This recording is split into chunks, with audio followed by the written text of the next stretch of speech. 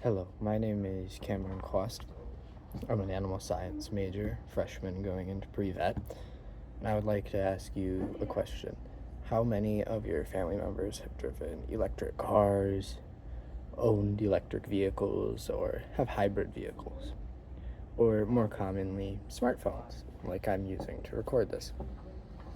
These devices often use cobalt in their batteries, which is why I wanted to talk to you about the effects of cobalt mining and the industry and the promotion of slavery in the 21st century, and how cobalt affects the modern world.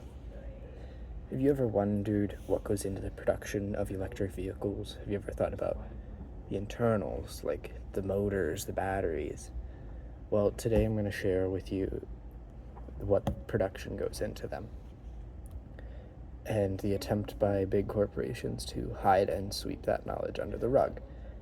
This is about the human slave trade and one of the major industries that props up one of its many corners.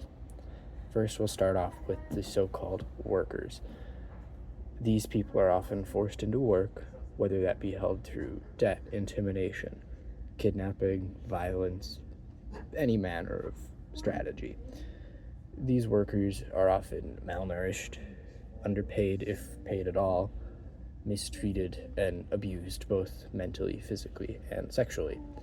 These mines don't discriminate between men, women, children, elderly, anything really, as long as they can walk or pick up a few rocks or do any work really.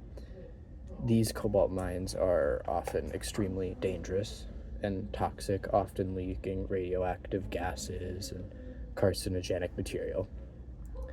And they force emaciated children to work in these toxic environments above a lot of things.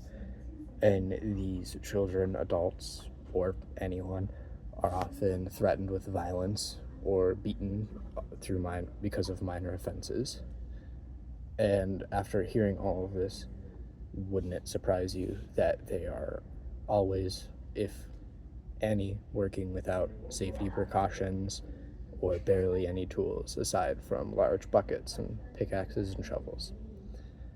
There are over 30 cobalt mines scattered around the world, but the majority and largest of such are often supported and in the Democratic Republic of the Congo. This is where labor laws are nearly non-existent, but the companies that support these mines in slavery are far darker, as they bury many news articles and try to smother any legal paperwork or threats with more paperwork. One huge and well-known buyer of cobalt is LG Chem, which is the LG company located in South Korea. You might know them for their TVs, tablets, but many of the branches that it has includes this chemical brand. LG Chem is one of the biggest suppliers of cobalt to Tesla, Dodge, Ford, and many other car and automotive companies that use them in EV batteries or hybrid batteries.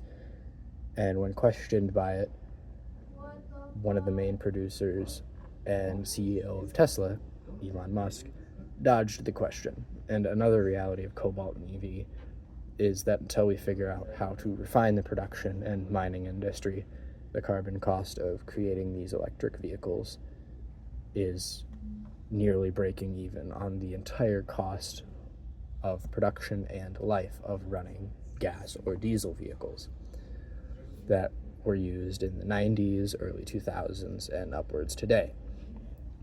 The importance of cobalt cannot be understated in the modern world today. Cobalt is often used in rechargeable batteries, but mainly used in electric vehicles. And these electric vehicles, although they're cementing,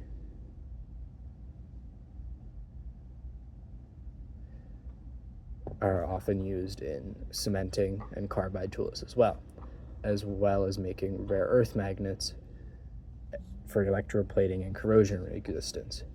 These are only a few times and uses of why cobalt is so important in the modern day world. Now, after hearing the human cost of the majority of cobalt mining, how much is that worth to you? And to what extent are you willing to make the world more energy efficient and humanitarianly safe?